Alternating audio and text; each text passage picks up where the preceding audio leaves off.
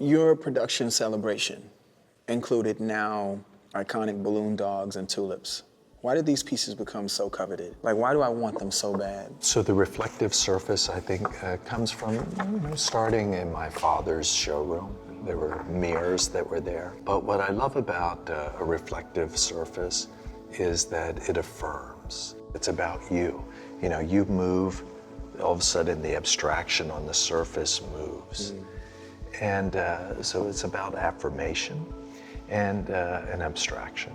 And the other part that's interesting about people responding to balloons is they really turn everything inside out. I've always loved Kierkegaard and existentialism and either or, you know, being in nothingness. And so with our human bodies, there's kind of a sense of density. You know, with the brains, there's blood, guts internally. And when you think about external space, it's kind of very vacuous. It's just kind of air out here. But if you look at a balloon or an inflatable, all of a sudden there's a reversal. And the inside of the inflatable becomes quite vacuous. It's empty. It's just air. And externally, there's just a little greater density gradient where the air becomes slightly thicker because that becomes emptier inside. And so it gives a person more confidence to be in the world. And we're inflatable, you know. Every time, you know, you take a breath, you know, you inflate, and that's a symbol of optimism.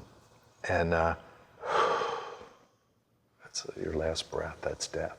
That's right. You know, so, and these things are in this permanent state of, you know, kind of a symbol of the eternal, of kind of defeating death. It's crazy. Who is Jeff Koons more like, Popeye, Elvis, Michael Jackson, or the Hulk? You know, I'd have to say, looking at, you know, my own hands right here, I'd have to say Popeye. And I would say that because Popeye to me really, I think, represents like my father and my father's generation. But also Popeye transforms. He eats the spinach and he transforms. And art's the spinach.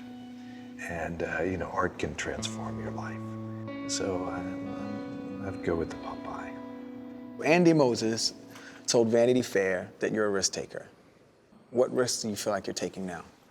Well, I'm trying to just make the things that I really want to make.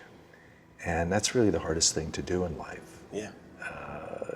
What you really want to do the most, you almost avoid the most because it has such importance to you. I'm not a highly anxious person, but I'm aware of how anxiety keeps people from doing what they want to do. So I'm always just trying to kind of remove any anxiety that exists. And I think you do that through acceptance. So I'm always trying to just not make any judgments about things, accept everything, and you know, to move forward with my work. The risk is, I guess, actually not to do it. What would you say to a person who, you know, 50, 60 years old, really good at what they were doing, but they're trying to find a way to sort of dial it down or, you know, approach the sunset or ease their way out? Every great artist continues to make really great work.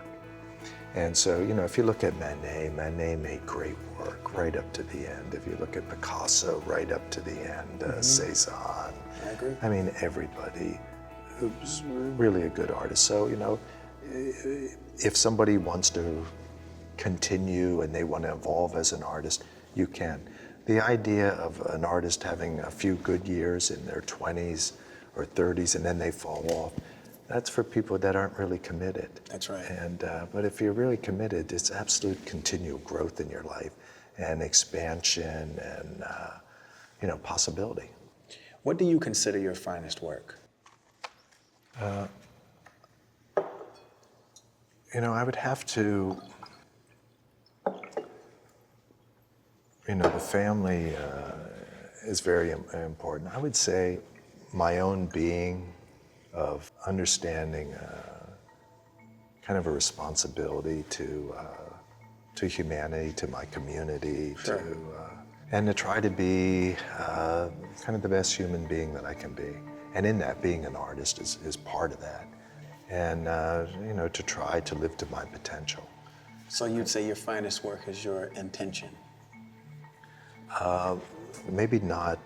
I mean, I really believe in future and potential, but I would think that having a concept of my community, I feel is something that was handed down through my family, and I feel that maintaining that connection as valuable, very important aspect of my life. I have my limitations, Sure. but you know, I deal with my limitations, but I want to be engaged, and you know, I be in the dialogue. So Whenever I see you, like I always like pay you like the highest compliment that I can, and I always watch you slightly cringe at it because it's not necessarily what you want to believe. It's because you're so engaged into it, and I always admire your level of humility, excuse me. I mean, there's a super high level of humanity too, but your humility is like above and beyond, and it's always a pleasure to see you and just to have conversations because I learn so much. It's awesome. and myself, I mean, I've really enjoyed this. Thank you so much for being here today, man. It's awesome. It's great. Thank you, sir. Yeah. Thank you.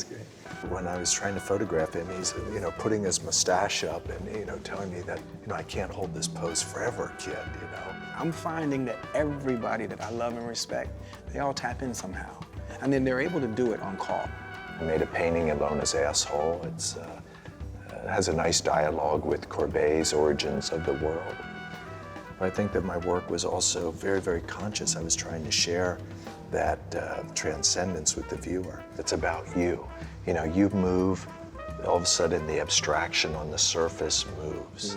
Who is Jeff Koons more like, Popeye, Michael Jackson, or the Hulk? I'd have to say Popeye, because Popeye transforms, he eats the spinach, and art's the spinach.